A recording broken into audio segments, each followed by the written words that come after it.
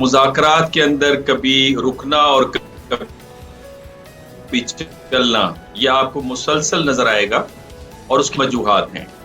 एक वजह जो है डोमेस्टिक पॉलिटिक्स के प्रेशर्स हैं, दूसरी वजह स्ट्रक्चरल एनिमिटी है, तीसरी वजह 47 सालों का सफर आपको नजर आता है, और चौथी वजह यह कि ईरान के अंदर मुसलसल ये राय पाई जाती है कि एक पैटर्न है अमेरिका के तासुर के अंदर, बिहेवियर, बर्ताव के अंदर, कि मुज़ाकरात के बाद वो अपने वादों से भूल जाते हैं।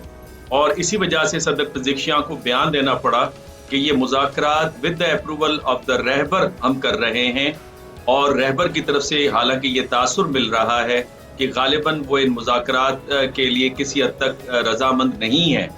लेकिन ये जो अमेरिका का तासुर है बदकिस्मती से, ये अब फार ईस्ट एशिया में भी है। जब से वहां से थार्ड सिस्टम और स्पेशल कॉन्टीजेंट नेवल फोर्स का जापान से शिफ्ट किया मिडल ईस्टर्न वॉर की तरफ, और जो बैटरीज थी मिडल ईस्ट के अंदर उसे इजराइल शिफ्ट किया, तो ये तासुर उमूमी तौर पे पाया जाता है खुद अमेरिकन थिंकर्स के अंदर कि क्या अमेरिका अपने अलाइज के लिए रिलायबल फ्रेंड है या नहीं है।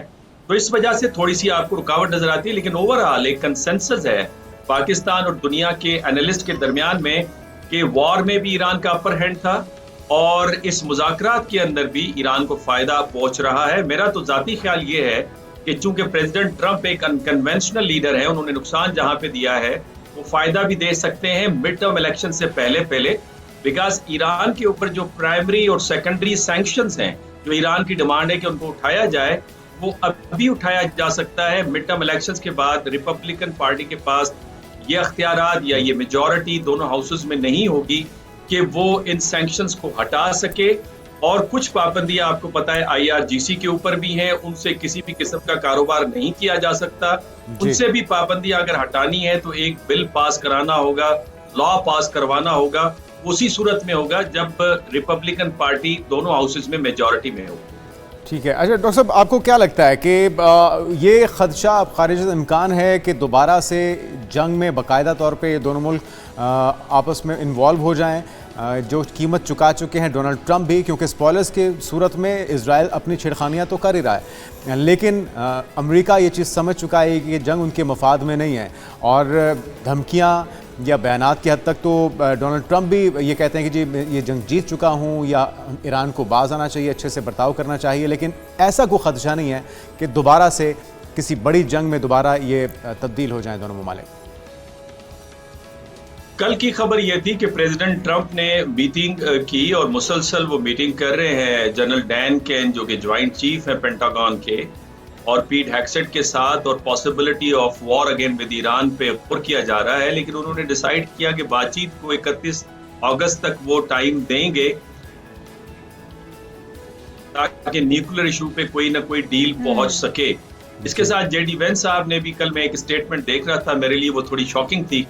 वो ये थी कि वो ये समझते हैं कि इस मेमोरेंडम ऑफ अंडरस्टैंडिंग से कम जो ऑयल मार्केट है उसको स्टेबलाइज करना और जो रिजर्व्स हैं उनको रीफिल करना, इकोनॉमी को किसी हद तक बेहतर अंदाज में ले जाने का मौका मिला है। और अगर ये डील नहीं होती तो फिर हमारे पास और भी ऑप्शन है। हालांकि हमें मालूम है कि JD वेंस साहब और स्टीव विटकॉफ, इनके बारे में कहा जाता है कि ये जंग के खिलाफ हैं, जबकि मार्को रूबियो और पीट हेग्सेट के लिए कहा जाता है कि ये इजरायली लॉबी के हिस्सा हैं।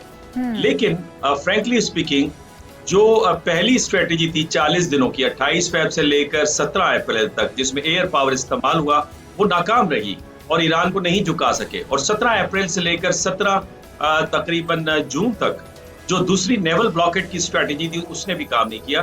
तो अब अमेरिका के पास तीसरा ऑप्शन है, वो बूट उतारना है, और वो मेरा ख्याल है इस्फहान में उन्होंने करके देख लिया है, उसका कोई फायदा नहीं पहुंचा। तो मेरे नजदीक कोई वायबल ऑप्शन नहीं है। मसला ये नहीं है कि अमेरिका के पास पावर कैपेबिलिटी या बैलेंस ऑफ पावर को मेंटेन रखने की सलाहियत नहीं है। मसला ये है कि उसकी कॉस्ट ईरान ने इतनी बढ़ा दी है कि वो अमेरिकन के लिए इस वक्त अफोर्डेबल नहीं है। कैपेबिलिटी है, अफोर्डेबिलिटी नहीं है।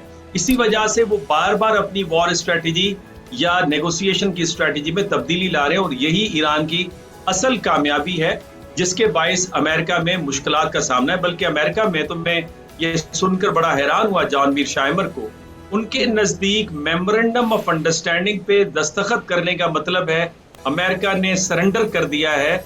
और इस सरेंडर से टकर कार्लसन का ख्याल ये है कि प्रेसिडेंट ट्रंप का जो पॉलिटिकल कैरियर है वो एंड हो चुका है। लेकिन at the same time I would say मेरे नजदीक अमेरिका ने अपने आप को बड़े नुकसान से बचाया है, बिकॉज उनकी जो दिसंबर 2025 में न्यू सिक्योरिटी स्ट्रेटेजी है उसके मुताबिक उन्होंने वेस्टर्न हेमिस्फीयर पे फोकस करना है। जिस मोनरो डॉक्ट्राइन को वो डॉन्ड्रो डॉक्ट्राइन कह रहे हैं उस पे अमल दरामद करना है, और उनकी जो इंटरवेंशनिस्ट पॉलिसी है चाहे वो मिडिल ईस्ट में हो या फार ईस्ट एशिया में हो उससे पीछे हटना है। बल्कि लास्ट पॉइंट आपके साथ ये भी शेयर करूं कि वहां पे जो एक्स एडवाइजर्स हैं प्रेसिडेंट्स के, लाइक प्रेसिडेंट रेगन वगैरह के, उनका ख्याल ये है कि जो रियल चैलेंज है अमेरिकन फॉरेन पॉलिसी को वो चाइना से है, और वो भी मिलिट्री टर्म्स के अंदर नहीं है, वो टेक्नोलॉजिकल और इंफॉर्मेशन और इकोनॉमिक और ट्रेड टर्म के अंदर है। मिसाल के तौर पे मार्च के अंदर जो चाइनीज ट्रेड सरप्लस है वो $85 बिलियन का है, अमेरिका का ट्रेड डेफिसिट $61 बिलियन का है। तो वो कहते हैं इसको कंटेन करने के लिए और 100 किलोमीटर की ताइवान बॉर्डर बचाने के लिए हमें नई स्ट्रेटेजी बनानी होगी। बजाय ये कि हम मिडिल ईस्ट में अपने आप को एंगेज करें या यूरोप में एंगेज करें, तो हमें अपने एरिया यानी पैसिफिक के अंदर हमें फोकस करना होगा। और इसी वजह से इंडो पैसिफिक स्ट्रेटेजी को खत्म करके एक नई स्ट्रेटेजी का वहां पे क्याम लाने की बातें चल रही हैं। बिल्कुल सही। अच्छा, जिस तरह से डॉक्टर साहब हम बात कर रहे हैं, अभी ईरान फातेह है और डोनाल्ड ट्रंप जितना मर्जी बयानात की हद तक अपने आप को फातेह करार देते रहे, लेकिन जो ग्राउंड रियलिटी है जो नज़र आ रहा है इस वक्त वो ईरान ही फातेह है। ईरान अपनी शराइत पर इस वक्त जंग को ख़त्म कर रहा है, और ईरान जो अपने असासे मुंजमद असासे हैं उनको रिलीज़ कराने में भी किसी हद तक कामयाब होता हुआ नज़र आ रहा है। पहला मुआहिदा पाया तकमील तक पहुँच रहा है जिसमें उन्होंने $3 अरब के फंड्स रिलीज़ बराह रास्त उनको किए जाएंगे। अमरीका में क्या इसकी किसी तरह से भी मुखालफत सामने आई है? क्योंकि अमरीकी अवाम या किसी भी तरह से जो मुखालिफ पार्टी हैं वो कभी भी नहीं चाहेंगे कि डोनाल्ड ट्रंप को या अमरीका को ये रकम चुकानी पड़े या ये कीमत चुकानी पड़े। तो क्या समझते हैं कि क्या इस हवाले से कोई इख्तलाफात मौजूद हैं अमरीका के अंदर?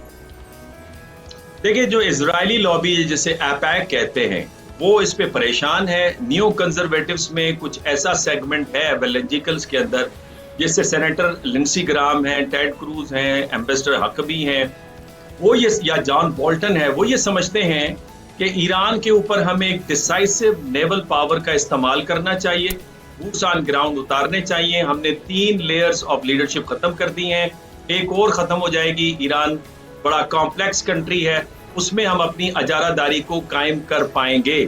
लेकिन जो मेजॉरिटी अमेरिकन है और जो मागा कॉन्स्टिट्यूएंसी है प्रेसिडेंट ट्रंप की, वो इस जंग के खिलाफ है। और बहुत सारे सर्वेज हमारे सामने आए, 60% से ज्यादा लोग समझते हैं कि ये इजराइल की जंग है, इससे अमेरिका के दुनिया में ताल्लुकात खराब हुए हैं, हमारे टैक्स का पैसा हमारी डेवलपमेंट के ऊपर लगना चाहिए वगैरह वगैरह। इसके साथ वो प्रेसिडेंट ट्रंप की पॉलिसीज पे एतबार करने के लिए भी तैयार नजर नहीं आ रहे। असल इशू जो है वो ये सवाल उठाया जा रहा है अमेरिका में कि क्या ईरान के ऊपर जब प्राइमरी सेकेंडरी सैंक्शंस हट जाएंगे, फ्रीज एसेट्स डीप फ्रीज हो जाएंगे, तो क्या ईरान मजीद अपने ड्रोन और बैलिस्टिक मिसाइल्स को और ज्यादा एडवांस नहीं करेगा? क्या ये पैसा जो रेजिस्टेंस मूवमेंट्स हैं खित्ते के अंदर उन्हें दोबारा देना नहीं शुरू करेगा, उन्हें दोबारा ज्यादा स्ट्रॉन्ग नहीं बनाएगा? ये वो सवालात हैं जिसपे जॉन मिटशाइमर और डग का ख्याल ये है कि ये होगा, लेकिन इसमें हम क्या कर सकते हैं, बिकॉज हम तो जंग में शिकस्त खा चुके हैं, हम वहां पे कुछ भी नहीं कर सकते।